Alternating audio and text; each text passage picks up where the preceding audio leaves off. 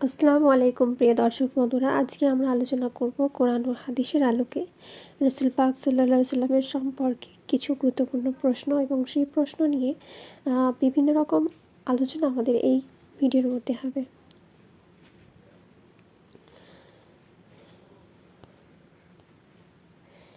কে বলেছিল আমি হলাম দুজন জবাই করা ব্যক্তির সন্তান? এই কথাটি বলেছিলেন রাসূলুল্লাহ সাল্লাল্লাহু আলাইহি সাল্লাম, কারণ ইব্রাহিম আলাইহিস সালামের পুত্র ইসমাইল এবং আব্দুল মুত্তালিবের পুত্র আবদুল্লাহ দুজনকে আল্লাহর পথে কোরবানি করার হুকুম করা হয়েছিল, কিন্তু পরবর্তীতে আল্লাহ তাদের জন্য বিকল্প ব্যবস্থা করে তাদেরকে এই কঠিন পরীক্ষা থেকে উদ্ধার করলেন।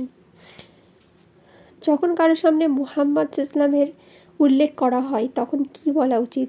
সাল্লাল্লাহু আলাইহি ওয়াসাল্লাম বলা উচিত। কুরাইশ যখন কাবা সংস্কারের উদ্যোগ নেন তখন রাসূলুল্লাহের বয়স কত ছিল? তখন তার বয়স ছিল 35 বছর। কাবা মানে কি? কাবা শব্দের অর্থ হলো উঁচু স্থান। এটি পৃথিবীর প্রাচীন সবচেয়ে পুরাতন মসজিদ। পবিত্র কাবার আর কি নামে ডাকা হয়? বাইতুল্লাহ আল্লাহর ঘর, বাইতুল আতিক পুরনো ঘর, মসজিদুল হারাম পবিত্র মসজিদ, হারামে ইব্রাহিমের তৈরি ইবাদত গৃহ। কাবা শরীফ কে নির্মাণ করেন? নবী ইব্রাহিম এবং তার পুত্র ইসমাইল আল্লাহ হুকুমে তার ইবাদতের জন্য একটি নির্মাণ করেন। রাসূলুল্লাহ সাল্লাল্লাহু আলাইহি সাল্লামের ডাক নাম কী ছিল? আবুল কাসেম।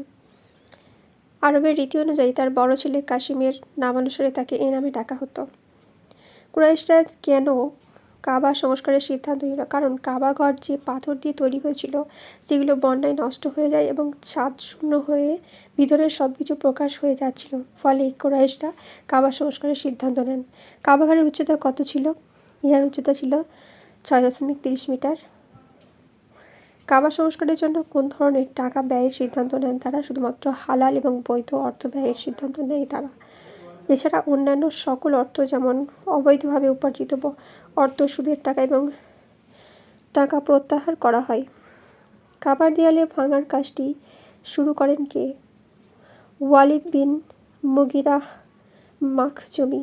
কুরাইশরা দেয়ালে ভাঙতে ভয় পাচ্ছিল কেন? তাদের ভয় পাওয়ার কারণ হচ্ছে তারা ভেবেছিল যে কোনো অলৌকিক আযাব এসে তাদের গ্রাস করবে, সেজন্য তারা ভয় পেয়েছিল।